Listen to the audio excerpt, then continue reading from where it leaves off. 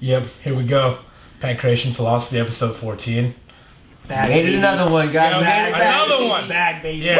Woo! Y'all picking up some steam out here. Almost adults. All right. Thanks for being optimistic. Yeah. Because we're really not. We haven't got a single donation New yet, but we're location. hoping. Yeah. Hey, if you got some money, extra money, Yeah. this is the place to spend it. really Exactly. It's a growing process. I don't get paid. Shut up, Ender. It doesn't matter. You got lights now. It's a pretty sweet setup. You Got an unpaid intern doing it for the love. Yeah, Sure. because he has no love from other places. All right. Helping him build his skills. So Exactly. we're That's glad. Scott McDonald over there. Good to be here. I love Pankration Philosophy. Yep. Glad to be here with James Yang. James Yang back at it again. And my name's Pocholo Cruz, and I guess someone's running the camera. It doesn't matter. But let's get started.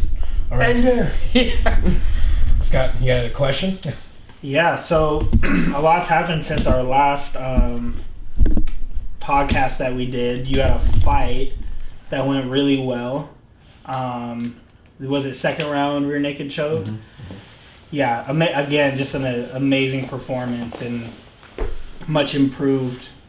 But just really, you were really tenacious. You hit like all levels. Your wrestling was good. Takedown defense was good. Striking was good as always. How did you feel during the competition, and what's your reflection on your performance? Oh man, I'm happy with performance, but you can always be, you can always improve. Looking back at it, I already had a bunch of things that I could have done better. And when I had him hurt in the first round, because I fed him this spinning back kick, and then I went into the takedown, and in my head I was like, "Fuck, that was my opportunity. I just blew it." Because I could have finished him right there on that. I should have, but I'm glad it played out the way that it did, because their strategy was just to hold me against the fence because he thought I was my weak link, which still is, can be improved a lot more, But I ended up subbing him off the fence, and I think future opponents will be like, now what do I do against this guy? You jumped on his back. I guess how you gotta take it sometimes. But with the rear naked you get choke- it back, you gotta. But no, you hopped in the air and then put your right leg on his back, and you're just kind of floating there. I've never seen anything like that. I was like, what the fuck? I was like, what the fuck? No, I heard Matt saying take his back, and the way he had my right leg, pressing against the fence, he ended up getting his head over to the left leg. He picked my left leg up, and I noticed he had my leg. Now I got his arm, motherfucker. So I just trapped his hand, and I slid over the backside, and that's how I working my choking. And real quick with the takedown, because you totally missed that spinning. It sailed over his head, and he stood up right as it went over his head, and it tipped me over. So I bent down, and then just went right underneath his hips, slid up in there, and then hoisted him up. I did to him what he was trying to do to me. Right. So, yeah. But just an observation, it looks like to me you're just always cognizant of how to get the upper hand, and that's a telltale sign of a competitor. I was just fighting, man, to be honest. Fuck I know you're not thinking, but I pushed him to throw that spin back. I was like, I'm just gonna fucking throw. I just felt like I had it natural, So I just fucking threw it. I didn't think about it. I just try to get it. Sometimes I just gotta go for things. You just gotta go right for in there. things. You gotta listen to your intuition. That's what it is. But that's what I'm saying is you have that mentality where it's not anything is half stepping. It's yeah. I'm down. It's that whole 0-7. You understand that just intuitively, and I'm not saying you're thinking about it, but it's just impressive. And Thanks, man. it was I had to do for the team, man. That's for AMT right there. Man. It was a interesting night, to say the least, for our people. Just gotta grab the opportunity. So I had to do something for us. I had to step up there, For I had sure. to do that. So. Now, what was it the week before your fight? You were in. I was out in LA. My boy DJ, Matt, Brad, just kicking it for a week with out in the UFC, a bunch of just seeing the whole process go down. But you actually got to go to the behind the scenes of a UFC promotion. You got to see the weigh-ins. You got to see the whole process. Oh yeah. What were Huge some experience? Great experience. What were some takeaways from doing that? Or? The fight game is a dirty ass business. It's grimy, brother. What makes you? But that's why I love that shit. It's so cutthroat, crazy, man. Yeah. But what made? So what are some examples of that? Well, I mean, the fight game, it is. I mean, it's not nothing new. Yeah. Fight business is a very dirty business. It's just how it always is, man. You're signing up to go kill another man, and destroy not his life, but his ability to make more money, basically. You know what I mean? To feed. He's doing the same thing that I'm. You know what I mean? Everyone's trying to. If you want to break it down for the money wise, it's a zero-sum game. It's what Scott said. Yeah, I mean we already know what the insides and outs of it is. And the promoters don't really give a fuck unless you're making them money. You know what I mean? At least from the UFC side, at least what I saw. From one UFC side, like being with Matt, like doing like just showing me his work he does, stuff, like talking to like corporations, of just the way how to handle it, and how to, like, it's interesting stuff, man. What about it just shows culturally though? I would think so. Possibly, that's possibly it. What about going there though is making you say that? Like after just being around all like the promoters and all the fighters, because like throughout the whole week, like all the fighters and they're all around each other, like not constantly. You know what I mean? Everyone's switching around teams, talking to. I got caught up talking to like Henry Cejudo's coach and shit, and like. Yeah. It's just how it was. It's a fucking media day. Like, everyone's in a fucking room, like the size of it, like in here, like the size of this, and we're all like sitting right across from each other, and like you can just tell some guys are more emotional. And like Cody was pretty emotional throughout the whole week. Like Tell was very like. Well, they kind of showed. And that showed. It came out in the fight. That's why he was so overcommitted to try to knock him out, to get that back. He got knocked out. You can't be emotional in the fight game, bro. Right. You have to have emotional content, like Bruce Lee said, but you can't like feed off anger or like. It's not anger. It's not what it is. No. Like, it's like a relationship with your opponent kind of thing. So did you feel like at home, or did you feel like this is like, hey, this is definitely where I want to be? It was fucking sick, man. I gotta say, of course, it's where I want to be, man. And the walkout was like how I've envisioned it, like my whole life, millions of times in my head, But still, being there is still sick too, though, because it's Staples Center. There's a lot of history there. You know what I mean? Like Kobe and Shaq jerseys all around. It was pretty dope in the back scenes and how. And the most impressive thing about the whole thing was how DJ handled like afterwards, like 'cause right as soon as that's done, he's like icing his leg and shit, and then he has to hit all these media stations in the back, like all lined up right next to each other, like 4 or 5 of them, just straight up, boom, boom, boom, boom, asking the same shit. Right after that shit, and you see Henry's team running around and celebrating, doing this. Everyone, all the fighters doing that. So you were in the corner for the fight, right? Okay. So what was your take on the result? Just your honest take, and like seeing it so close. I'm pretty sure you saw some things we didn't. Yeah, it was a close fight, man. I feel like, honestly, the initial reaction for the first couple of days after the fight was that I just felt like I let DJ down.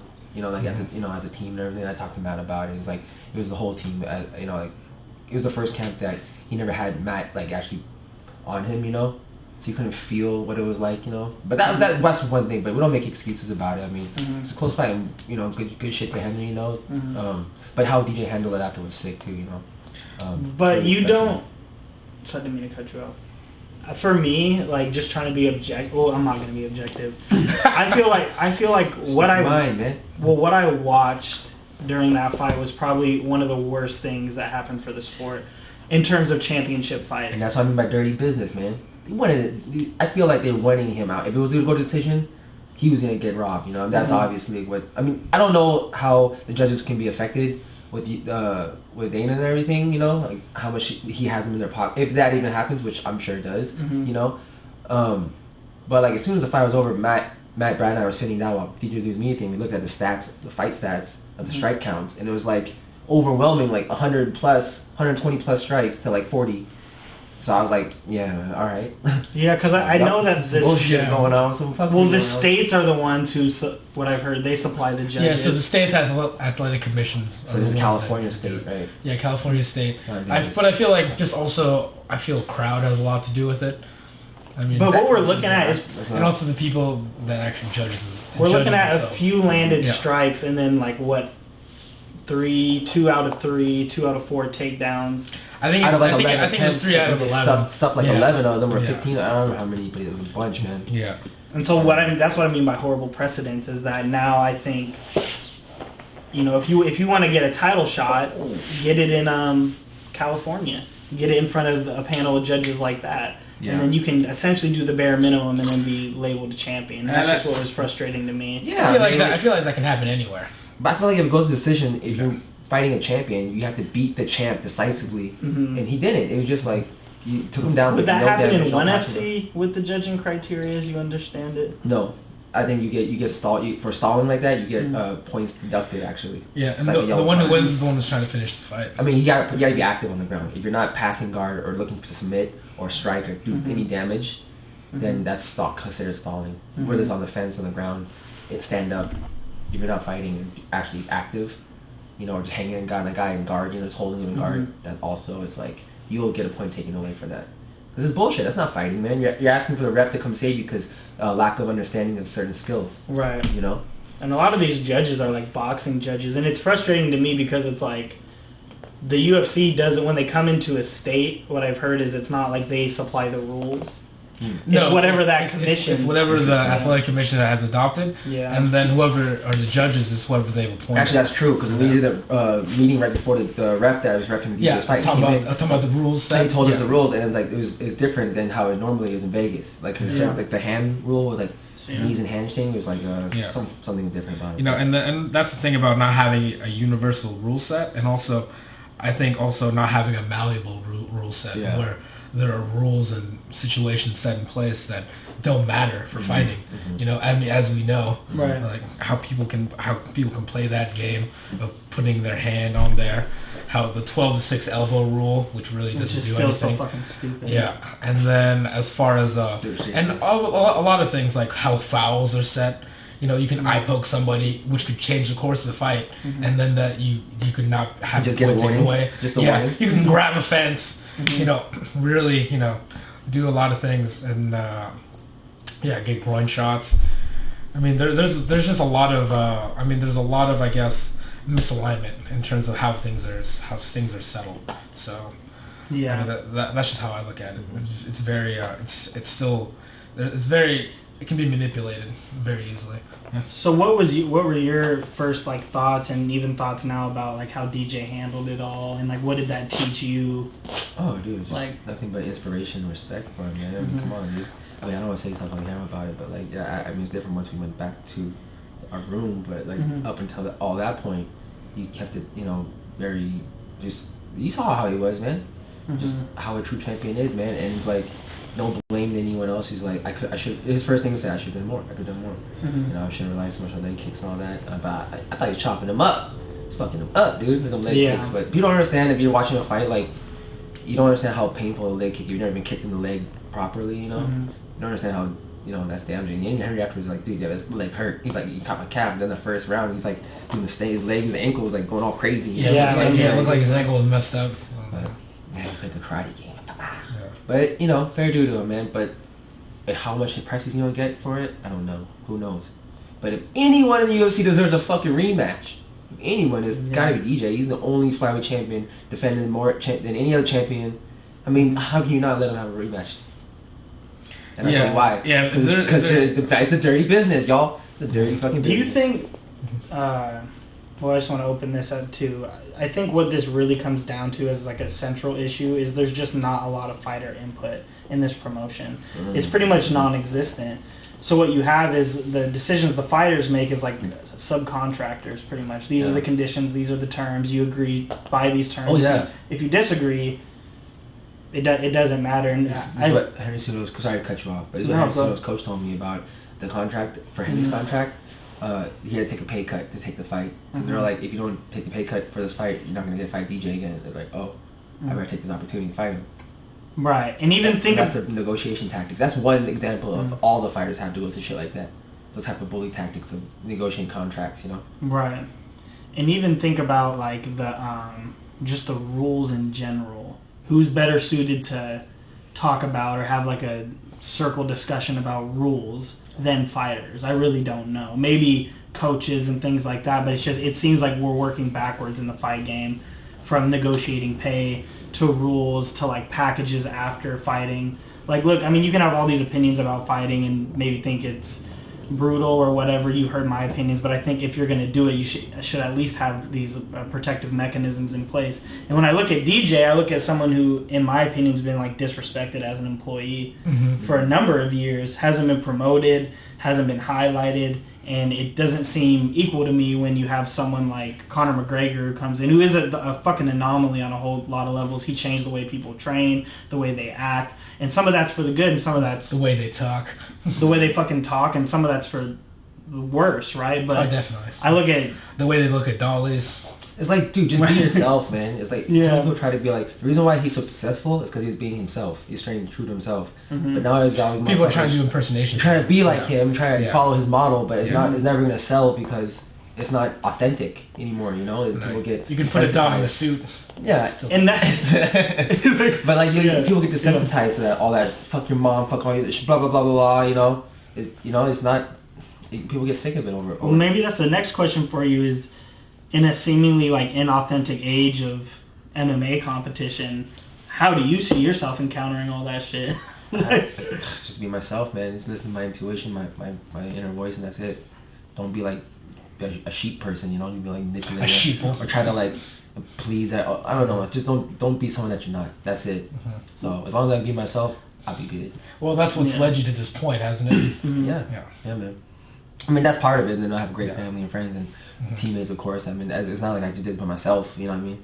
Right. I mean, of course, you have to want it and work a lot hard, but the people around you is what's also very important too. You know. And being with Matt is like a blessing because he'll definitely keep you, you know what I'm saying, down to that level of reason and attached to reality. But was there, you got to see the personalities of these guys though, like Cody Garbrandt, Dillashaw, like the whole fucking aura. Like, was there anything where you were just, was there anybody you saw was like, that person's a douchebag? Or I guess, was there anything like surprising? Oh yeah, dude. I think around fire in general, like maybe because everyone's cutting weight or something, but just everyone seems to be more like pumping their testosterone a little harder. You know, like, oh, you know, like, shit, man. I see like Ariel Helwani. I'm like, yo, what's up, Ariel Helwani? You're Ariel Helwani. You're Kara Bryant. You know? Yes, I am Harold. I'm like, fuck, dude. It's like cool to see those people. You know, like you watch them. You know, just give them their, you know, their compliments and shit. Don't be like, some people are just acting like big time all the time and like, you know, kind of thing. Like I just felt like that kind of, that's just that kind of vibe, but.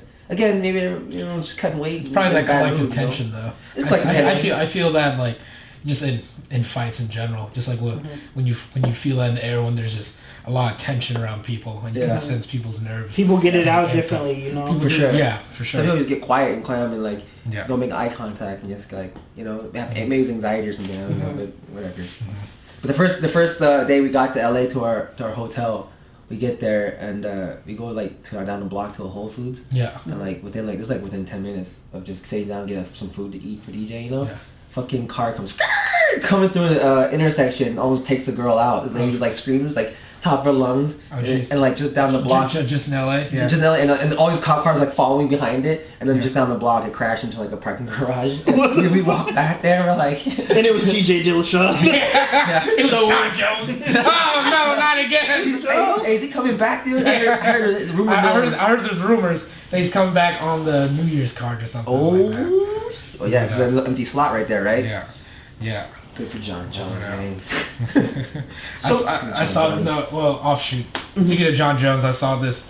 I don't know if he actually wrote it, but it was a tweet. It go, drugs don't ruin careers, drug tests do.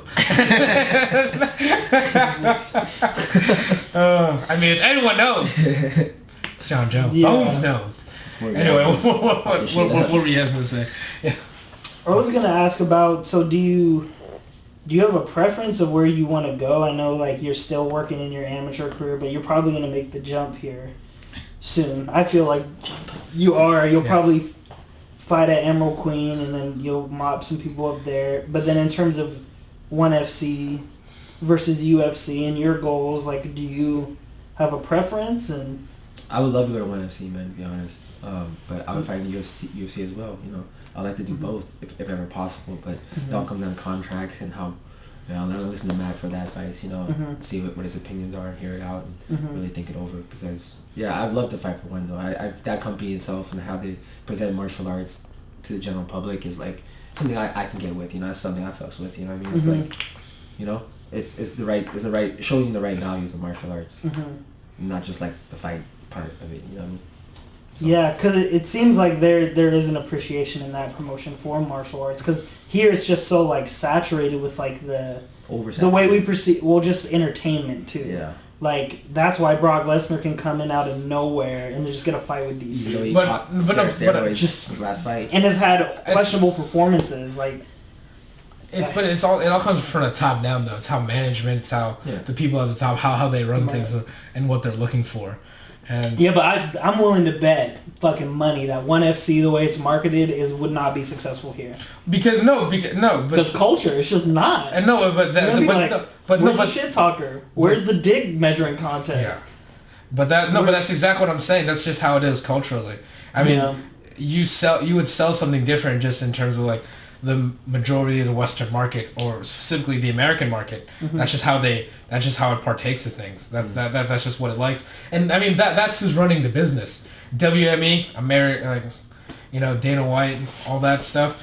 that's all decided by those kind of businessmen. And then as far as like, that's what I'm saying culturally wise, like who's at the top of like, you know, of one MC, like the people that made that up. It's, you know, good core values up there. Yeah. Man.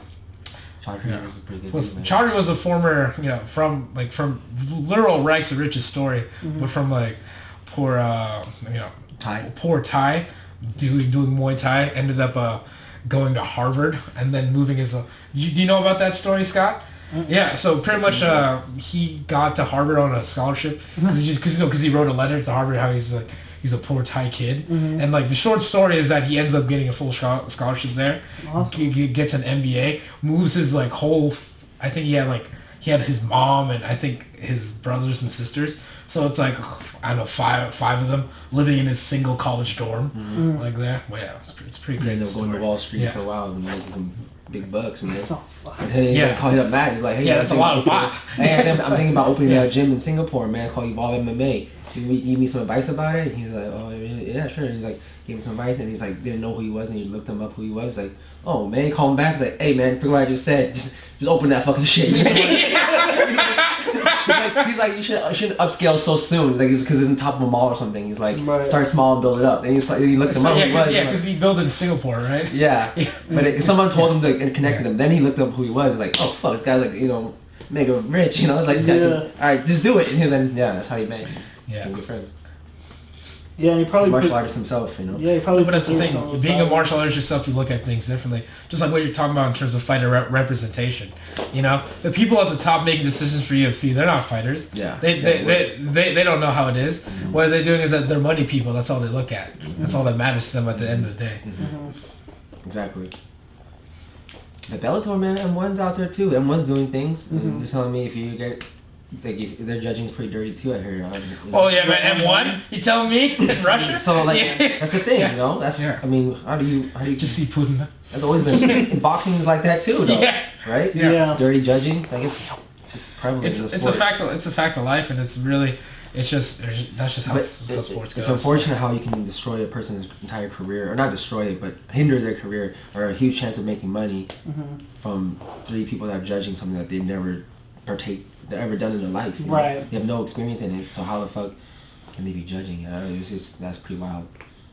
Well, it's crazy too because I hope ONE FC continues to go because it doesn't really cater to the gimmick fight other than like weight discrepancy. Because I mean Pride. Look, Pride was awesome, but they had the gimmick fights for sure. Yeah, like they had the free show fights. Yokozuna versus free fights. Yeah, like, Bob Sapp versus anybody. They were in the Yakuza's pocket, y'all. Yeah, no, for sure. No, for sure. But what I'm saying is the whole gimmick thing of fighting really, like even look at the Mayweather McGregor thing. That's all gimmicks. If you go back and watch that, it literally was like circuit. It was a show. I'm like the fact that it's a circus act. You know, I mean, I know we talk about. I don't know if you guys know about this, but just yesterday there was a fight.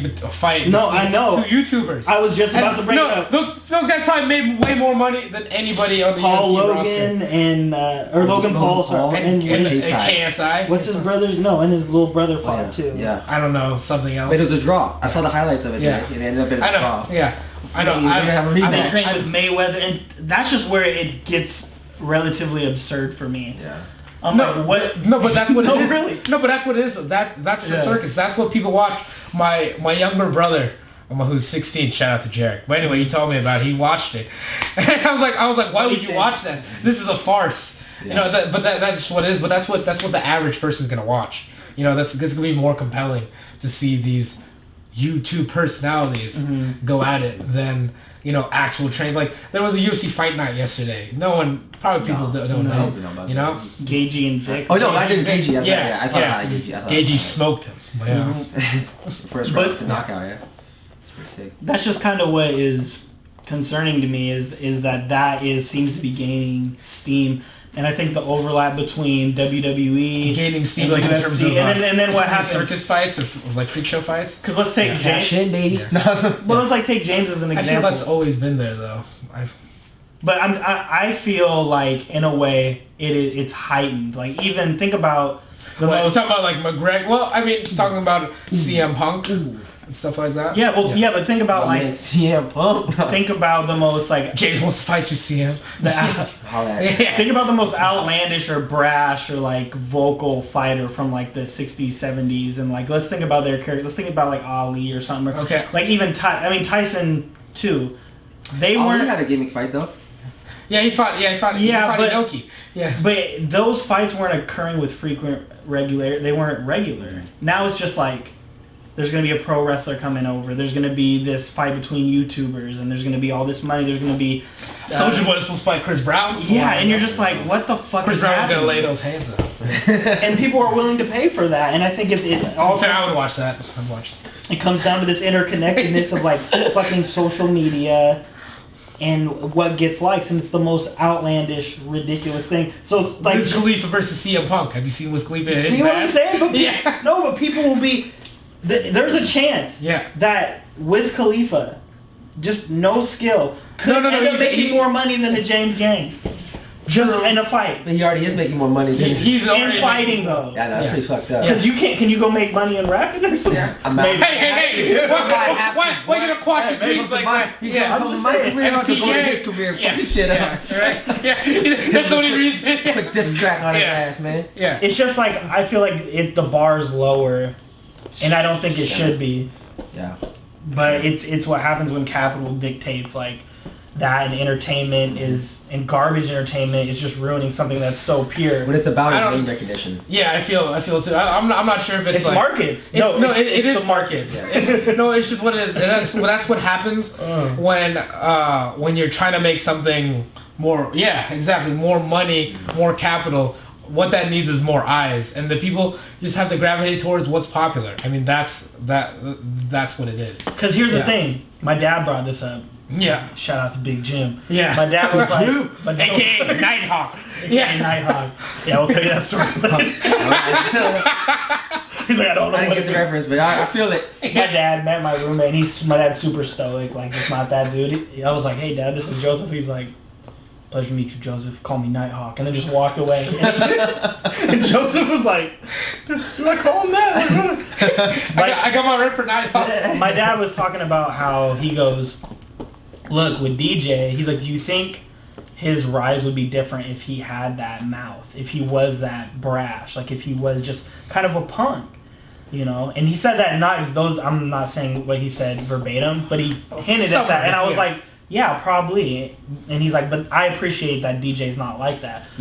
But I guarantee the 125-pound division would be completely different if he was that asshole, if he was that disrespectful, that's why everyone wanted to see Dillashaw and Garbrandt, because of just the fucking bullshit, gym feud, that sells. Mm-hmm. Drama sells, man. Drama sells, conflict sells. That's why people watch reality TV. You know? So if you're in the punch face business, head kick business, do you become that person? I don't know if it's just to bank, or no risk, or not risk, but roll the dice with getting a little bit more money.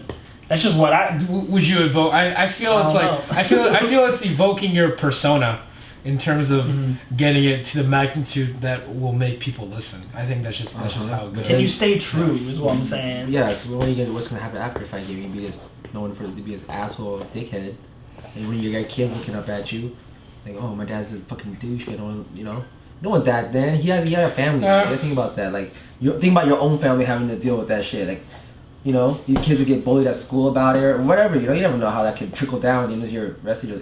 I mean, I'm willing to sell out. Fuck you. I don't even know. Where's my money? Yeah, I don't even know you.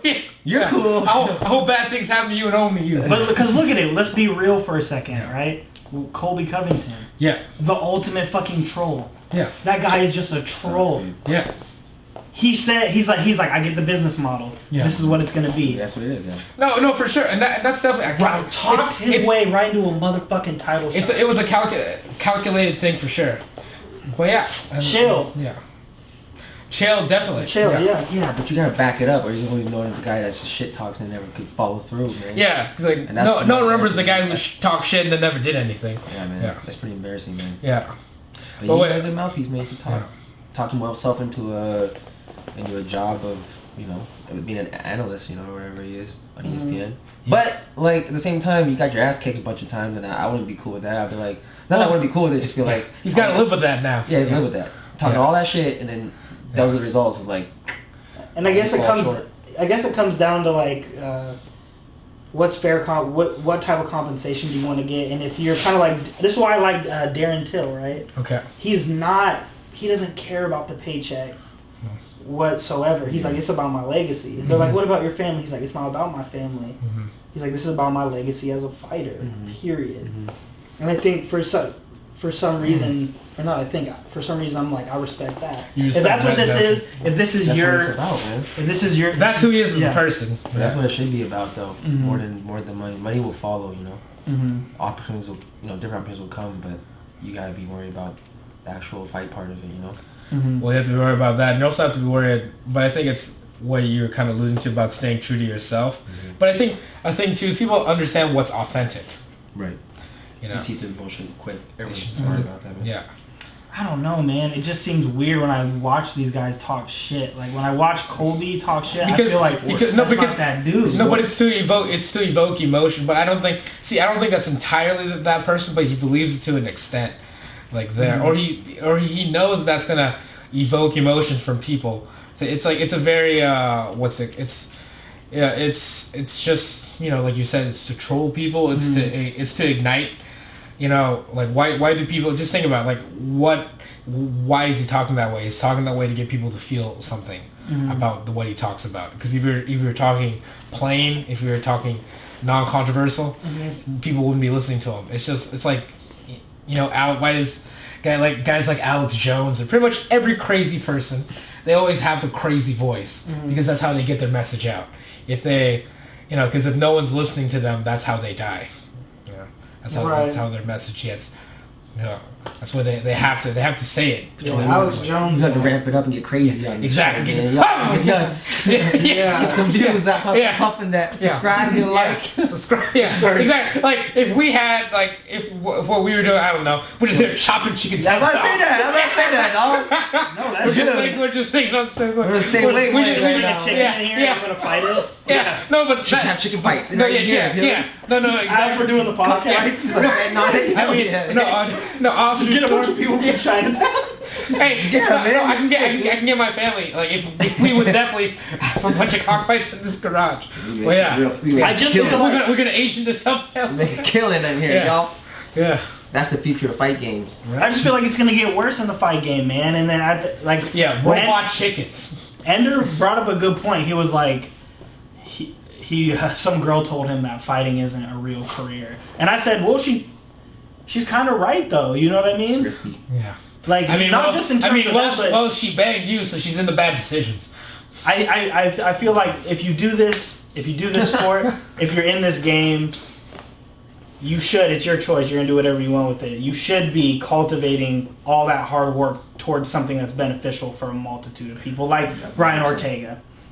Brian Ortega, right when he beat Frankie Edgar, he just gets the mic and he's like, I got a lot of people I gotta help. He's like, I got places that need resources. Like literally, that is a very conscious, intelligent way to approach the fight game. Because if you're making that decision to get into the hurt business, that's got to be the take. Because then that's how I think you save yourself too. Because we can sit here now with you, and I don't think you'd be changed. I have so much confidence in where you're gonna go, but it's like when you run into some situations, temptations. And it starts with little things. It's always little stuff at first, right? At first you're just this hardworking martial artist, and it's like, what about this deal? Or what about this? Or how about you? Or they restrict you in a way where you can't talk about something, That's changing you as a person. Or talk about it. Or just our entourages, That's just what happens. Yeah, that's how Mike Tyson got cheated out of all his money. Yeah, I don't do no entourage except for the people that are with me. Yeah, except for. And if we're gonna bring up Mike and open the door for him, he looks at it now as just like, he was like, it's rubbish. Why'd I do this? Yeah, for sure, because a lot of that stuff is just and also because he came in not really knowing the value of things, from there just being a street kid and then getting access to riches that he never even knew of, and then losing all of it, and then you realize. And losing his father. You realize what exactly. And isn't that kind of the backwards way that society set up? Is when LeBron did that whole Promise School? Yeah, Promise School, yeah. There was this meme that was going around from the Hampton Institute. Shout out to them. You should look them up. They're think tanks. They were like, everyone should reflect on the fact that a guy had to spend a majority of his life shooting a basketball into a hoop to provide basic resources to his community. To communities. And I was like, holy shit. That's very true. Well, speaking of basketball, there's there was a player named DeMar DeRozan who had he was suffering from like some depression. He goes, "Oh, why are you depressed? You're rich." And then he goes like, "I wish that everyone was rich so they can realize that money isn't really that important." Like as far as like in terms of happiness, like from there. And I feel that's the thing because like everyone gets enamored with the idea of what money brings them, not really with what the reality is. Because I think they attach themselves to things that it's not. I don't even really think because people get into like these rich, elegant lifestyles, but is it really that lifestyle that's going to give you the kind of happiness that you actually desire? I mean, me being poor in the garage, probably not. But I mean, I'm probably like the worst person to talk about. But I would say no. Like, what's the purpose of that? What's the purpose of? To me, like all that stuff with luxury really doesn't interest me like whatsoever. And I just wish like I want to understand what drives people to get into fighting in that way to where it's like, how did you grow up? What were your resources like growing up? Were you pushed into a scenario where you're like, damn, this has got to be it? Because I feel like that's just kind of that's a sad thing. When life has pushed you to a point where you're like, this is it.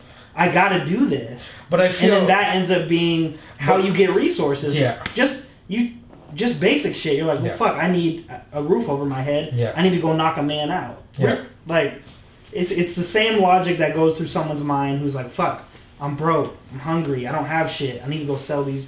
Not morally, they're two different things, obviously. They're completely two different things. The things you have gained as a martial artist are beautiful. The things I've gained are beautiful. But when it gets into that machine of business and it becomes a career, it just distorts it a little bit, I think. And that's why when you say I gotta stay true to myself, that's so fucking important. We take it lightly now, but it's just like... No, you got to. You got to. No, because that's how people lose their way. I mean, we already made the joke about John Jones, but that's definitely... Like, a fighter who's definitely lost his way. I mean, made so much in fighting, but lost so much of himself. So, yeah.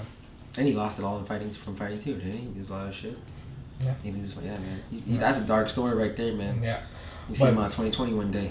Yeah, no, it's not over yet, man. It's not over. I think he's just 30. But yeah, and then that's nuts. But I mean, but moreover, I guess like looking like towards you, James, like what does motivate you? Like when knowing all this, knowing like what you're walking into, like when somebody, because I think that's a lot of things that people don't. His video says it. Yeah. His video straight up says it. It's about legacy. You're just like, when they bring up martial arts, I want them to bring up my name.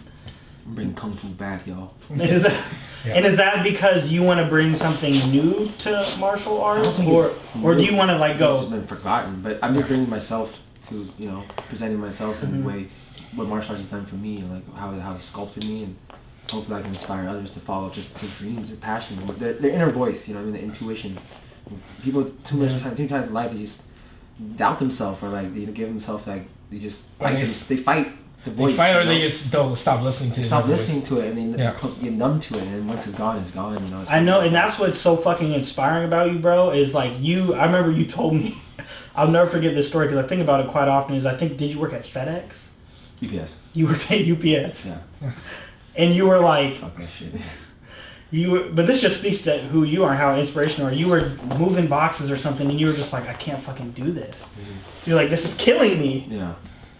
And so in a way, what you've done through martial arts and you're continuing to do is like, you're hopping out of these traditional forms of like living your life. Like work is often synonymous with what we do and who we are, whether we acknowledge it or not. Like we very rarely criticize work, but we do know the majority of jobs now especially are just so fucking unfulfilling. You don't learn anything about yourself, the world. You just do a task until you just don't even know who you are. You're alienated from what you do. You jumped out of that, and then you were also in school, weren't you? You were like... Not at that time, not anymore. But I was working another job. Did you learn nothing from the last podcast we did? No, but 2 jobs. Yeah. UPS, or 3 actually. Yeah. The UPS package delivery during the daytime, night shift at an aerospace company, and then in between that, there's a little time slot I would go to Wushu down in Chinatown and teach and still train. You know? So that whole, all the commuting and all that shit was just like wearing that, like the only thing that I liked was the teaching part and the Wushu part, but then I'd be so worn out from everything else. I was just like, man, there's got to be another way than this, man. Fuck all this. I mean, I had to make money, but at the same time, I've been in China for 4 years, traveling around Asia, performing all around, have all these crazy experiences, you know, crazy fights, getting arrested, and like, went through all this shit. Check out last episode for that. Yeah, man. I mean, it was. Did we talk about that last time? No, we did, but we didn't really talk about school too, because you were in school for a little bit, right? Yeah, but. And that's what I'm trying to get at. The thing is, when I was in China, that was school for me too, because I learned Mandarin. I picked up Mandarin. I learned another culture. You know, I learned people from all around the world and gained all this life experience, from all walks of life, and all older than me. You know, they've gone through shit. I'm a kid going. My reasons of going there was because I want to be a better martial artist. Some people were just getting away from whatever it was, ex-military or whatever it fucking was. Yeah. You know? What is school in essence? And that's what I'm saying is these typical. I was in school. Yeah, but these traditional institutions, whether it be like work or at school, it's just not.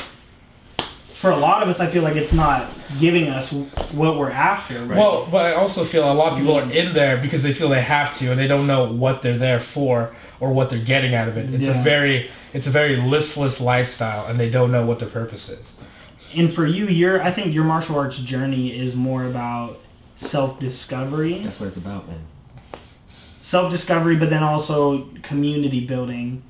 You go and you teach, and you hear people's stories, and you. Like the Weiger story, which is phenomenal. You said the Liger story? No, is that Uyghurs? Uyghurs, yeah. The Muslim Chinese. The minority in China, extremely oppressed, but it's just like no one knows about. That's the message. I know. That should have said something. Look, man, that's so long. I know that report just came out recently. They found out, but damn it, dude. I know. I knew that shit for so long, man. Yeah. Oh man, those people, man. Fuck. But the thing is. That's, I think, if anyone's going to take an example, if they're going to take an example from what you're doing, it's that right there, which is self-discovery. It's like, it's a short time to really go after what you're passionate about.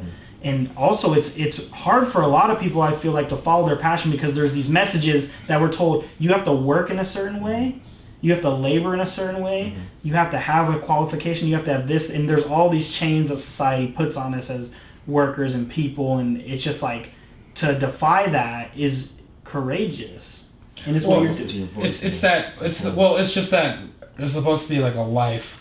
It's like a life road that a lot of people are just supposed to take. Born, really, die. Yeah, that's the thing. The most valuable thing you can ever have in life is time, and it's what you do with it. That's what matters. Because from the moment you're born, you're dying already. So there's kind of a plan mapped out for you. Yeah, based on where you're from. I mean, there's a plan mapped out to you. There's like things available to you, and that's the thing. It's like figuring out like what actually what actually you want to do. So I feel that's lost. Or everyone has that as a kid, like what they want to do, throughout their life they just fight it, and like I don't think it's fight, or it's either like outside world kind of squashes it. I'm not religious. I'm not super religious or anything, but like it's either could be considered the voice of God, or the universe is telling you a way of telling you, is channeling its energy through you in a way. That's if you don't pursue it or follow it or give to it. I mean, you're gonna constantly get tested if you really want to do it or not. All hardship to come up. It's just a test to see if you really want it or not. If you really want, how bad you really want something. And if it's something that's in your heart, it's like always coming up in your mind. Just fucking do it. Just shut up and just do it. Don't make excuses. Don't say like, oh, but what about this, and that? Oh, I have to do this. Or all this other shit. It's just bullshit. Just trying to make excuses for of why you're not pursuing it. You know? And just do it. I feel like martial arts can be a vehicle, especially like with our generation of the millennial generation. It's a vehicle of truth. But like just our generation right now, I like that. It's like vehicle of truth. Yeah, it's like our way of viewing the world. It's like it's bleak. Like we have a bleak on average. Bleak outlook. It's not just bleak. It's a lot of bullshit. That's the way I look at it. Like just the current. It's very but it's bleak, but also like why look at it? Why look at it as bleak? It's like it doesn't have to look that way. I feel things are bad. Things have always been bad. I mean, the world's always been on the brink of destruction since ever. It's like what? It's more now than ever. More now. Shit, the whole news circuit and all the bullshit, I don't buy into any of it. I just do my own thing, man. Keep my head down. It can get you down easily if you let it, but like look at our parents' generation. You know, like they didn't have it tough, or our grandparents, or just think about 1,000 years ago when you're like living in a hut or a village, and you're at the whim of the weather, you're at the whim of the wild, any animal come and fuck you up, or you're at the whim of just some foreign people coming through, fucking your shit up, or you're at the whim of bacteria you don't even know exists. Boom, dead. Boom, you can eat the wrong berry, you're dead. There's a lot of things that a lot of people don't take into account of how fortunate they are that they've made it like to this point. And I feel it's like, okay, like you can look at things as bleak, true, but you can also take a look at no matter what, your ship is there already. Your ship is in this sea, however it goes. You can either you can make anchor and then be fine in this shitty spot, or you can go out there and who knows, you could crash. A lot of shit could happen. But at the same point, I feel like I respect the people who are willing to go out and explore like what they want and looking to find something that they actually want to see, because it takes courage, it takes direction. Another thing, it also takes belief in yourself, and also the willingness to put yourself out there, which a lot of people don't want to do. It's just they're afraid of failure or whatever. They're afraid of failure, they're afraid of themselves, they're afraid of a lot of things, or they just don't want to take that step, take that step to seize what they want. Yeah. For me as a martial artist, of all my options of where I kind of could have gone with where I'm at right now, my martial art career, if it is a career of my life, I think I chose the harder route, the least traveled route. You know what I mean?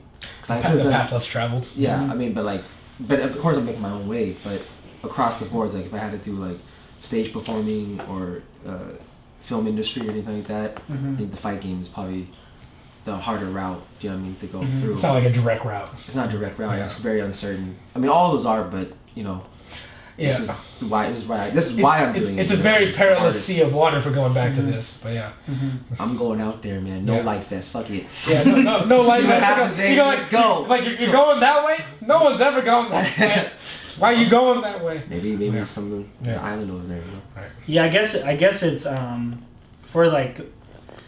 And this is the thing I appreciate about millennials right now, just from the studies and what's being said is appreciate nothing. They're not buying those pragmatic, individualistic like value systems anymore. They're saying all the things you're telling us about, and this is where expression comes in, but also can be kind of I think it limits in some way if that's all we're asking of each other is just for you to go and express yourself or go do what's best for you. And it's like that always has its kind of like complexities in and of itself. But the millennials are not buying the hard work narrative, because a lot of these kids, and even I think about me coming up, you're going through college, you're working 40 hours a week, you're exhausted, and then you're trying to find, with the little time you do have, some way to connect with the people around you. And if you fall into a good gym, it provides that. But it's interesting. My brother had me watch this. He's having me watch this documentary called Hypernormalization. Okay. I don't know. You guys should check it out. But okay, what's the general gist of it, though? This is the interesting thing. They talk about after the 70s, right? After there was all that repression on like the civil rights movement and the hippie movement, where society we were coming up with these different values. We were reading revolutionary ideals and philosophies. We were thinking different ways of interacting with one another. There was a huge state repression from police, government, all those things. It's like that bounce back. And the left, which was asking these really difficult questions and criticizing work and criticizing interactions and human rights, they changed because they were all discouraged from the destruction that was wreaked on the movement. They changed from this collective political entity to a singular individual form of self-expression, where now your revolution wasn't we need better wages, we need better jobs, we need better livelihoods, we need human rights for all. It was, how can I express myself and critique culture through media or through music or something else? So in a way what it did was, and this is just one part, there's a whole bunch of other shit about Trump and it's just really deep, but this part is kind of what we're talking about now in a way, is we lost that momentum.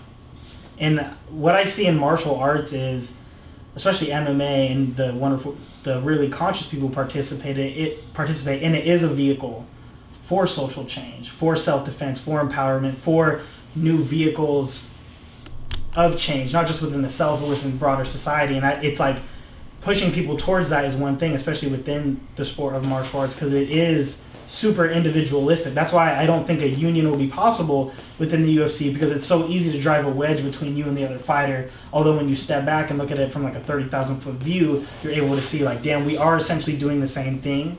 Mm-hmm.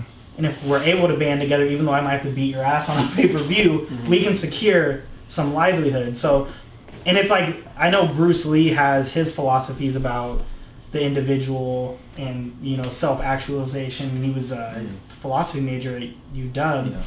But I'm wondering what your guys' thoughts are in it, because when we talk about MMA, we talk about it in a really, minus what you said about the team, like it's my team too, we talk about it in an individualistic way, and I always wonder how it could be used as a vehicle for social change, and what would that look like? And I don't think we talk about that enough either.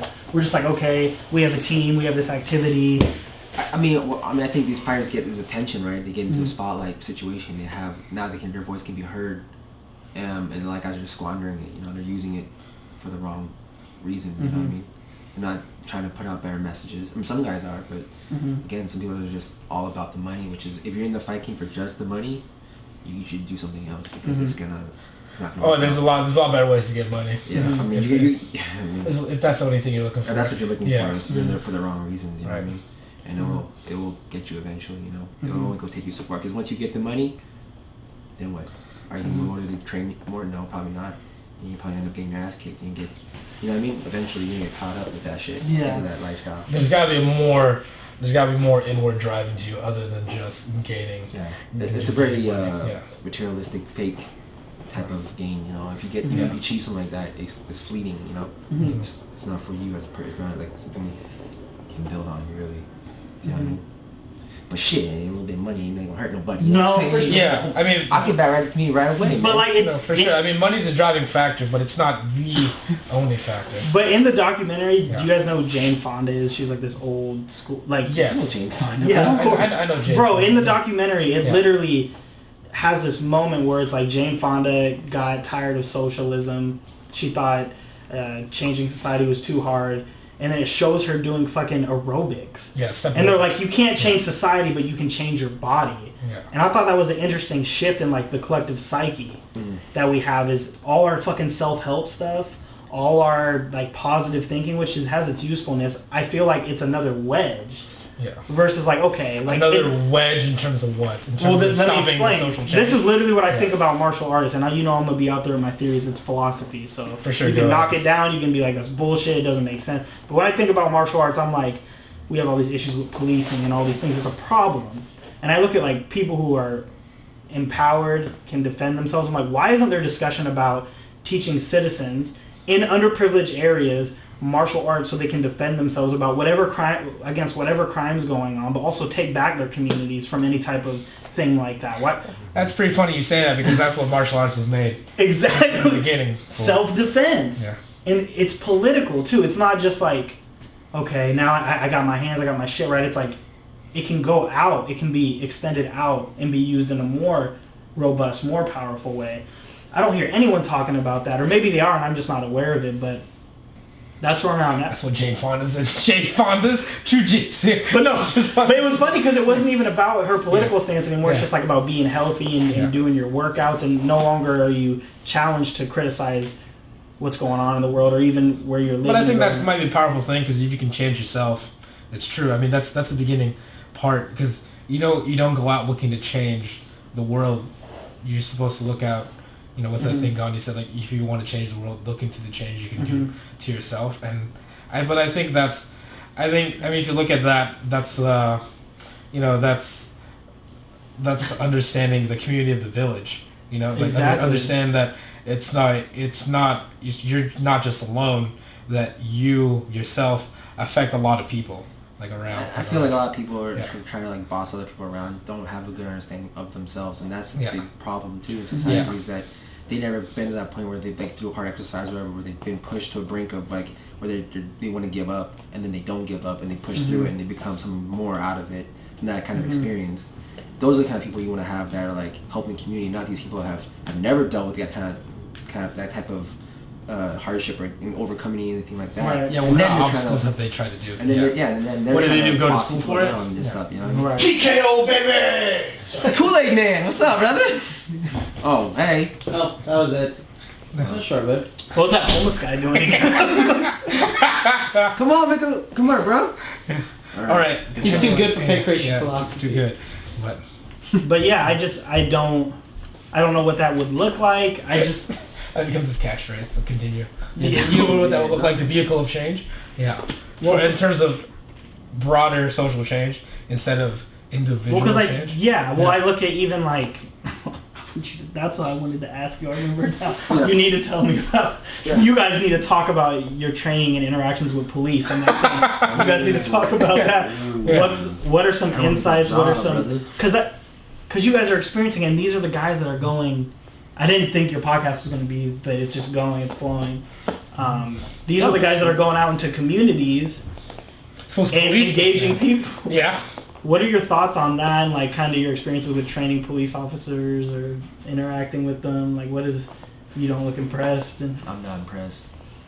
It's not scary, impressed by our performance. You know? Well, honestly, yeah, exactly. Shout out to GSP. Yeah. Honestly, he just comes in here. I don't want to say shit as but it's scary, man. I feel it's a general thing. It's scary. Yeah, it's scary, dude. You get no time. Okay, look, we're like different, right? But you notice how even like amateur fighters or even pro fighters that fight at high levels get nervous before they fight, right? Mm-hmm. Okay, now imagine a person who has like fucking 2 weeks of training, combat training, given a gun and a pepper spray and all his weapons, and like now go out fucking the community and fucking. What do you where you've never been before and where you don't live. And the training is not like, it's no matter how much you train for a situation, you know, once it's actually live, it's a whole nother ballgame for someone who's never been in a fucking conflict before in their life. And then now they have a gun, they have all this shit, what's unjustified? Like, they're just humans at the end of the day, and they're trying to fill this role like of like dominance or holding the isn't the bar really low for that? Oh, it's supremely low. It's not even really considered. So, yeah. I mean, it's more than the average person that never did anything in life, but someone who's done a jiu-jitsu class for more than a month would probably be able to hold himself off fairly well, I think. You know, just there's a white belts. There's always there's a few people that actually do train and like take it more serious. Well, those are anomalies. But those are anomalies. More often than not, it's like just do what I have to required to do by the state, and then give you it's my job now. I'm getting paid to do it. I have benefits. I have this and that. You know. And when you say it was scary, like what? Like if I was to get pulled over by a cop, it's like if I wasn't me, if I was someone else, even if it was me, you know, it just might get shot because they're fucking normal. They're not, you know, they got a gun. They're like they've been taught to pull drug. If anything pops off, that's the first thing you do. Go to a tool, man. Wow, you fuck. That's like damn, dude. That's how you gonna handle that shit, huh? And makes sense. The more or less, think about it, the more or less you're able to apply hand-to-hand combat skills, the more quickly you're gonna go to a tool. Exactly, because you're afraid. They're scared. They're scared for their life. And aside from just their function and operation, that's why I'm like really interested in if there has been any like community policing without them, because it doesn't seem like it's working. It seems like it always serves unjust ends in most cases. Even the human element, because when you look at someone when they're a part of that system, no longer they're a person. They're breathing, they're inhaling, exhaling, their heart's pumping. They're flesh and blood. That's the easiest way to say it. But when you're a part of a much larger system that has a particular goal, a uniform, a sort of like psychological shift you take when you put the uniform on and you're training, you've been through it. You're functioning different when you're out there. So your goals, although they maybe espouse as community orientated, they actually end up not being in a lot of cases, either to meet quotas or to make arrests to then fill up jails or all sorts of different things are. So that's why I'm like, it's interesting to me because I feel like if you're going to be in the community and be an officer, you should have to go through rigorous mental and physical training, right? And if it's not enough and it's only 2 weeks, is it a resource thing? Like, what's really going on? Oh no, it's more of a liability thing. I think it's like that's just how training. It's like anything in terms of like in terms of bureaucracy. They go, oh well, we'll fill XYZ and that should cover for it because now they can say that people have received training or that they've, that they've checked the boxes. But that looks different. That looks great on paper. But how well does that really apply in life? You know, that's like saying, oh, you got your business degree. You know, but how many people that have successful businesses even have degrees? Because it's not what you do to get, you know, the piece of paper that's important. It's what you did to get to where you're at, and you can't really judge those experiences in terms of that. So I feel that that's the thing. Like, how can you qualify and quantify those kind of things? I'm just happy I'm working with my boys. You know, I'm getting paid. Slap some heads around every once in a while. No, but that's what I'm saying. You guys good. know you've gone hands on with these guys. Getting paper. Yeah, You're just throwing money at us, man. It's crazy, dog. But you cash you in go, while but you, I feel you go hands on with these guys, and what's that like? No, but the white belts, man. Yeah, man, and the thing is, the most dangerous motherfuckers out there, because they have no control of themselves. So like, either they're gonna go too hard, you get injured, or you know, they injure themselves, which has happened. This dude blew his knee out because he sprawled on Tim super hard and like smashed his knee to the ground. But that's the thing, and that's not even a technique thing. That wasn't a technique thing. That was just freaking out. That's just the guy's own mind that he fucked himself up. Yeah, he freaked himself out. Like, he didn't even touch him. He was like coming in slow, helping him out. Yeah, and just think about, you know, if that's how you apply in this, you know, okay, it's a test, right? So I guess a little bit stressed, but like, it's a barely stressful scenario. Yeah. You know, like if you have to sprawl, you know, how stressed is it going to be, you know, for there? It's like, yeah. So have you met like a master of defensive tactics or anything like that? Or? Oh, like, yeah, all these, so you talk about like the instructors. Those guys are cool. Those guys, I mean, but those guys. But what are their levels like compared to them, and then compared to a practitioner? Dude, I can't say that they are martial artists. They have more knowledge than just unarmed combat. They know knife work, Cali stick fighting, different shooting. You know, so like they're well trained, versed in like weaponry and self defense in a way. But by law, by the state, they can only show what is required to be shown. Like, you know what I mean? Their criteria. Basically. I mean, yeah. Do they know more stuff that would probably be more applicable? Yes. Maybe so, maybe yes. But like at the same time. That's the thing. It's okay. If you want to, we can go back to the same thing in terms of judging. You know, like the state of Washington is the one that, you know, decides what, you know, what should go.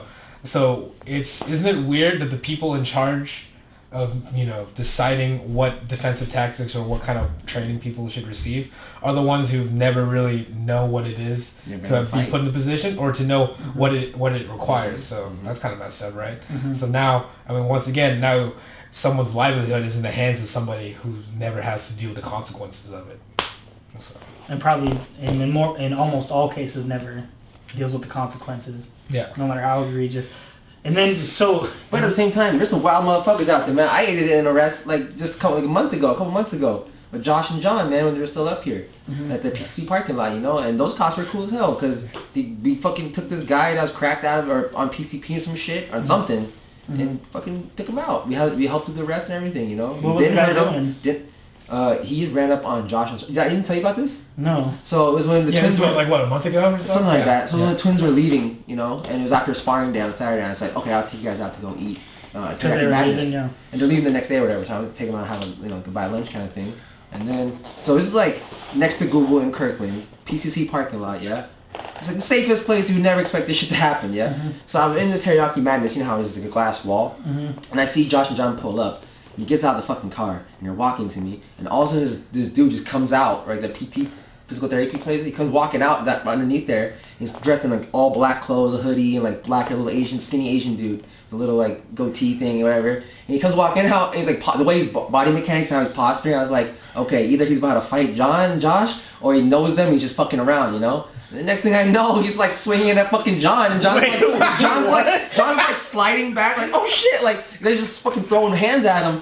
I took all the stuff out of my pocket and I threw it down on the table and sprinted out the fucking door. And I came out sprinting like low behind him, and his back was turned as he like swinging. And I grabbed him by his hoodie and like his back and just slammed him down to the ground, you know. And then we all like pinned him down, held him. You know, he had like a backpack on and all his shit was falling out. So like, I didn't want to mount on him because I didn't know if he had like knife or shit on him or needles or whatever. Needles in the backpack. He was all fucked up, you know. And he was like, you three think you can take me? Or some shit. He's like, he was just fucking popping off, you know. And we're just holding him. He's like trying to gouge my eyes. And I was thinking for a second I was about to stomp his face in. And I was like, we don't have to, man. We already had him like kind of pinned down, you know. And John was like on his back, like choking him. And she's like, calm fuck down, man, calm down. It was just crazy. And then some ladies were like screaming. We yelled at him to call the cops. You know, cops show up. Apparently that guy was harassing women. Those women actually in that parking lot prior to us, whatever. And from their perspective, it was like he was like harassing them. And then he saw John and Josh pulled up. He like laughed. He like chuckled and then sprinted over at him. trying to fight the motherfuckers, you know. But dude, that dude was hopped up, man. He's like, it's a crazy world out there. But you know, who were expected out there? But you always gotta stay ready, man. But see, if we didn't know martial artists, we weren't martial artists, and like we're there at that time. Who knows what you could have done? You could have fucked around a lot of people. Or I mean, that's what I'm saying. It's interesting too, because if I'm willing to bet, and again, it's all like hypotheticals. It's funny though. He picked like the wrong. Example. No, he did. But here's the thing. There's a lesson here. Yeah. If one of those guys that you guys teach was out there in that situation, that guy might have got popped.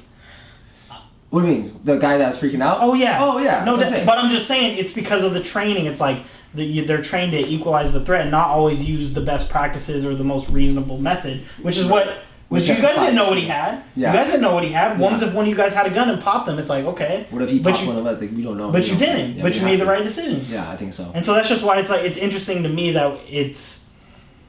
that was a community response. Yeah, and no one really... It was a citizen arrest. Put a motherfucker down, citizen arrest. Yeah. But it's for the, you know... I mean, I wasn't trying to hurt him either. No. It wasn't like I was trying to fuck him up. I mean, I don't know what was going on with him, this guy. I just tried to nullify you too, because some psychopath cop was like, "Today's the day." Yeah, could have been, dude. He just like got a Clint Eastwood tattoo on his right bicep. He's like, "Dirty Harry, motherfucker." Boom. He's got a go. Actually, I gotta say, go ahead, make my day. The cop that first showed up was actually pretty cool because he's holding him, and the guy was like grabbing his nuts. The cop's nuts? Yeah, he was grabbing the cop. And the cop was just like, you know it's like, yo guys, can you give me a hand with this? This guy's he's fucking me up. I was like, all right. We all came and picked his legs up and like, you know, just helped him cuff him. And when they took him to the car, other cops showed up by that time. They had to like lift him up, and, like carry him like a It's not like you can have. It's not like you can't. If you guys were police officers, you can't give that guy an opportunity to submit to peaceful arrest because he's swinging at you. You can't go, hey, calm down. And he's still resisting. He's still freaking out. He's not calming down. He's like, read me my Miranda rights. Like screaming it, you know? And then one of the cops like, all right. And he fucking does it to him. He's like, you understand? He's like, sir, yes, sir. And you just fucking... High, or was he mentally ill? Probably, maybe. Well, he's definitely mentally ill because no rational... stable person does. Yeah, which is like, I'm just gonna go attack these guys. I felt like he was on PC because his strength was like for the skinny guy. He was pretty fucking like he's like powering all three of us, lifting all three of us up on him. He's lifting like easily like over 300 pounds. Yeah, and I was like this guy's sick. He's like, he lifts up PCP. PCC. This should be called PCP because I smoke it all the fucking time. This dude's sick, man. This is sick. So what you're saying is, but those cops are cool. You know, they handled it. I think they handled it well. You know, no one got really injured other than the guy whose elbow got scraped up a little bit on concrete. But you know, overall, got out of there safe. You know. Who was that? Kirkland PD. Kirkland PD. And like shit out there never pops all that, but like they handled it pretty well. I think. You know, it'd be interesting though. But Seattle PD and like other precincts, that's different though, because I don't know how that shit is, man. Oh, I know how it is. It's rough. You have the experience I can't talk about it, but I mean it's. Shit. I mean, you can. No, maybe off camera. But it's interesting sort of engagement. But what are we gonna see from you in the near future? Like another fight, or what's your? I'm just here and doing a podcast right now, bro. Right. I'm just in the moment, day by day. How about this video project you're part of? Talk about that. Is that a documentary? Yeah, it's like a documentary. That's fucking tight. I'm working on a few other things too, man. It's just. Who are the people that you're involved with? Very close friends. People I lived with, grew up with. Because their shit is tight. I watched the video. It's a good production with the Drake song. Whatever, that shit is fire. See that RJ, shout out to RJ. What's up, boy? I googled that song and then listened to it, and after Drake, it's just trash. Yeah, it's only that 1 minute. I was like, of the song. What just fucking happened? This is bullshit. Yeah. Sicko mode. Heard that song so much now. Yeah. Mm-hmm. So how did? Thanks, guys, for supporting. But how did that get started though? Like, did they approach you? Did you approach them? Or they approached me. They approached you. But like, dog, we gotta push this shit, man. And they're inspired from what I've been doing too, you know. And like, they're just chasing after what they want to do, what they're passionate about. You know what I'm saying? So if I can do more, you know, what I mean? If I can do more of that, that's what it's about, man. Making people realize that they can follow their own intuition, their own shit. You know what I mean? Like, just believe in yourself. Yeah. If I can give people, and people can find their own confidence by watching me and like being inspired by that, that's beautiful, you know? Yeah. For sure. I mean, let's be real. They were really inspired by us. Pankration philosophy, right? Yeah. Because if I can change, you can change. Yeah. We can all change. I don't really know if we change anything. We just question shit. That's all we really do. It's That's not the beginning. No one changed. But, you know, that's, for me, and people always ask me what motivates me to fight, but I think it's always changing, you know? The more and more I learn about myself, it's like, it always changes, you know, what it could be. It could be family. We're like, James just a year from now is in the UFC, like, I don't give a fuck about no value. All I value is this paper, motherfucker. You keep watching. He's got like a $100 tattoo. He's like, oh. Ben Franklin, it's like you. My It's face like, on it. There was this guy walking in downtown Seattle and he was throwing $1 bills at poor people. It was disgusting. He was like, Trump's my God. Like, oh. Well, speaking of And then you homeless find people. out it's fake money. Yeah. It's even more cold blooded. Right. Oh my God. Speaking of homeless people, did you see that, you know, about that video of like Habib and I think his brother or cousin or something, and they're Giving money like, to push-ups? Yeah. Yeah. They're from Dagestan, man. That's how they have fun out there, bro. I guess. I don't know. So that was in LA. That was actually where I was from. Yeah, I thought that was. Skid Row. Yeah, I thought that was. Dude, yeah. Skid Row was pretty nasty around there, Yeah. but still, I would never make another person do that shit. But me and Matt, we're about to walk through there just for a little adventure at night. You know what I'm saying? We're gonna pop off out there. But Matt was like, I'm injured. I don't know. I'm gonna just all on you, James. Yeah, I didn't. You know, I didn't dig it at all, man. I thought it was disgusting, trashy. Yeah. I think it's just not right. I don't know what's going through your mind that would make you do that to somebody, especially when you're supposed. And that's why I don't know. I don't know who you can look to in fighting that you'd want to really like emulate. I mean, there's probably some, but on average, it's like now who do you want to? In terms of lifestyle? Yeah, like Cody Garbrandt, man, self-made. I want to like Mike Tyson, dog, in his prime years. No, I'm saying. Yeah. Pet lion. Yeah. Fucking. Yeah, pet tigers. No. Yeah. But I don't know what GSP. I don't know what causes them to do that or why they did that. I mean, it looked bad. Of course, the UFC is not going to say shit about it. They obviously have shown they don't give a fuck really about your conduct because you can apparently throw a chair at a bus full of your. They care, but as long as they make As some long as money. they make some money. No, and dude, what did I say? I If said they lose money too. They, That's you all. said that whole yeah. Didn't I say I was like they're going to turn this around? They're going to make tons of money. Smartest investment McGregor could have made. Yeah. He might have burned a couple million. He's about to make 4 or 5 times that amount. Yeah. You know what I'm saying? In that investment. Yep. Yeah. There's a return. They investment. use all that in the promo footage. Yeah, man. Because I mean, when you're actually out there though, They're working the shit out of it. when you're working with people who are houseless because they actually are making their homes, and you talk to people and you engage with them, you could see why that would be humiliating. Not only for the wide variety of issues they deal with in their own personal life, but that's just even if it wasn't Khabib, if let's say it's some LA Fitness guy. It's just a human element. No one's going to make an excuse for that guy. He's like, oh, I was just trying to help him get in shape. Like, first of all, that's not your concern. Yeah. Why didn't you have a conversation with him and see if he had some just baseline needs? And you could have just given him money instead of, like, getting him on camera, laughing at him, then kind of, like, patronizing him. Like, that's bullshit. But it's just forgetting about the human element. That's just a big thing. It's I like, don't care if you're from Dagestan. Dagestan's hardcore. And, or you're wrestling bears or whatever. Like, that shit's just foul, bro. Being a Like, dick is still being a dick, man. Yeah. Yeah. That transcends. yeah, dude. Yeah, it was a cold video. Some cold I dudes. mean, at least he didn't start like ground and pounding him or something. Hey, Bob did after camera. You know, took his money back. He was like, this is what I do to Michael Johnson. Yeah, fucking took his money He's back. like, he's telling the guys like, I must fight for the title. Like, I don't know. You know I deserve this. Yeah, you must give up. Yeah. Quit. Yeah, that's crazy you brought that up. That kind of slid under the radar a little bit. For a reason. Yeah. You know? The fight game is dirty, Sky. I was telling you when it goes back. You know why it slid under the radar? Because the fight game's fucking dirty, dog. They slid it under the radar. Dude, bro. NASA's fake. Come on, Look into man. it. There's a big fight coming up. They're not going to try to put slander on them. Yeah. But even if they only do it if they can spin it off and make money off it. That's how corporations work. That's how all business work, man. Yeah. That's what it's all about. Yeah, look at all the John Jones thing that we were talking about with Ben on the last episode. Yeah, man. If you can flip it, man, It's make just money. utilizing it to make the money, man. That's the thing that was bizarre for me was like the whole retribution story isn't even free from tampering. Like John Jones, like we talked about this on the last one. John Jones has actually no real substantive like incentive to try to change his behavior. Yes. He doesn't, dude.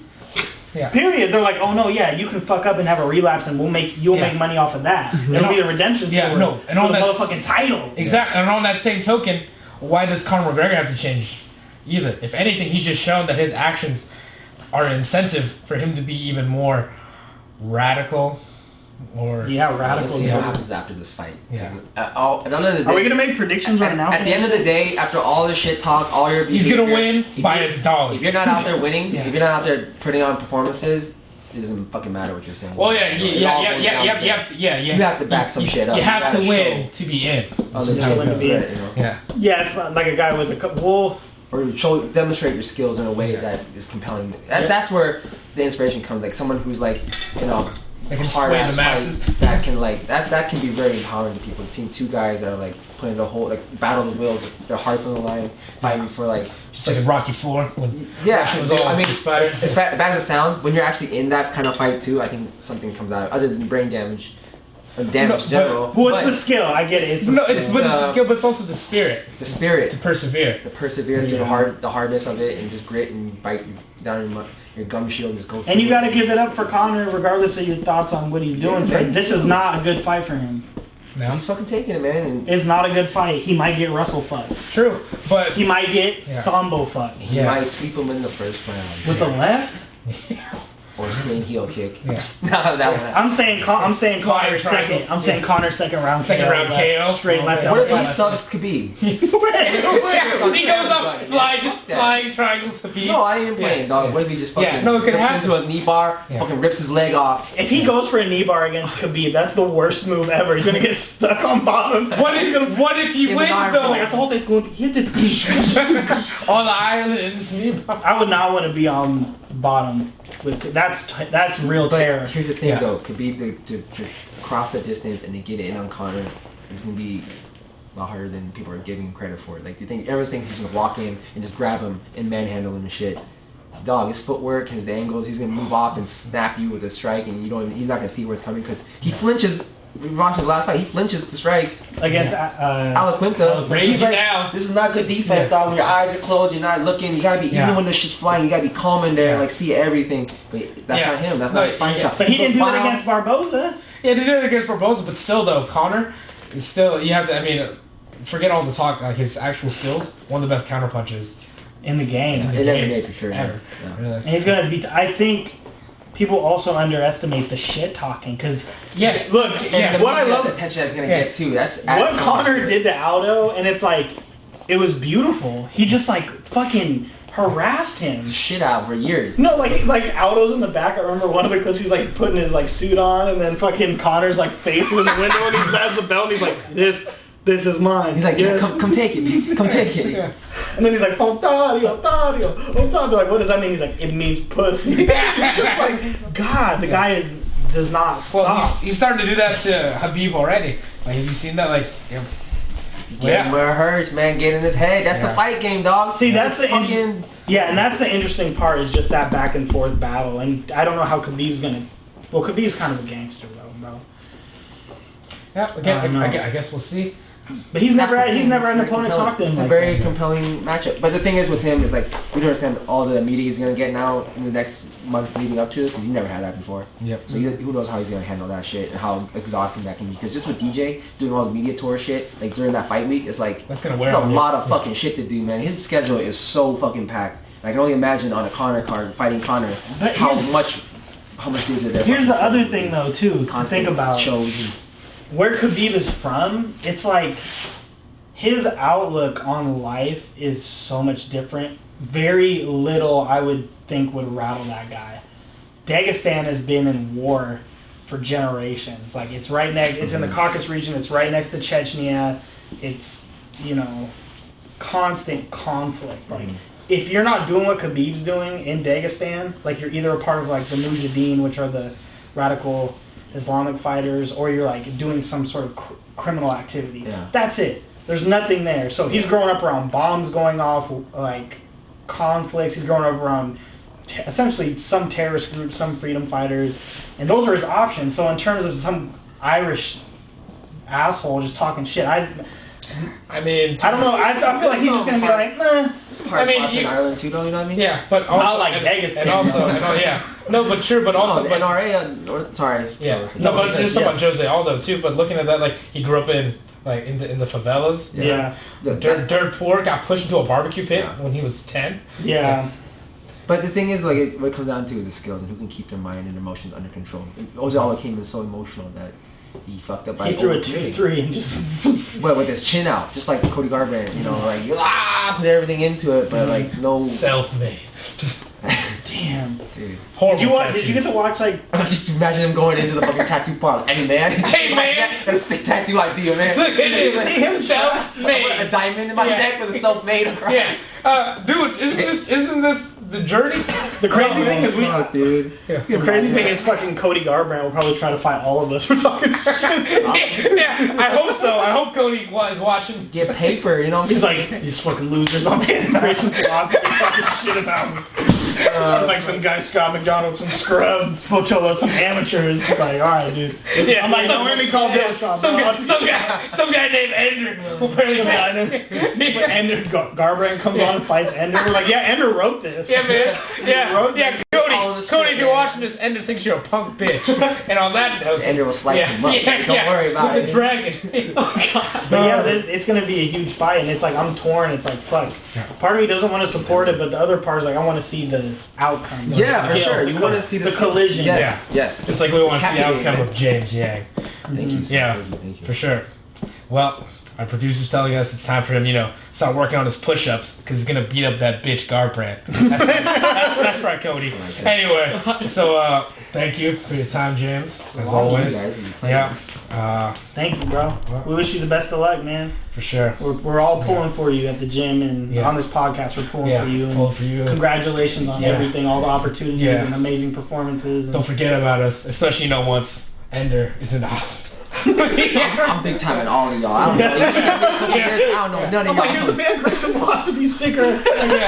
He's like, no, get that shit out of here. I don't even know. Oh, man. He just cares. Hey guys, get this crazy guy away from security. Where's Meats? Come go. Cody's just watching to make sure you don't take that sticker. We use the train together. I'm being pulled out. Bro, all right. I represent AMC, the life, the death of me. You know what I mean? So. Hell yeah. Yeah. All right.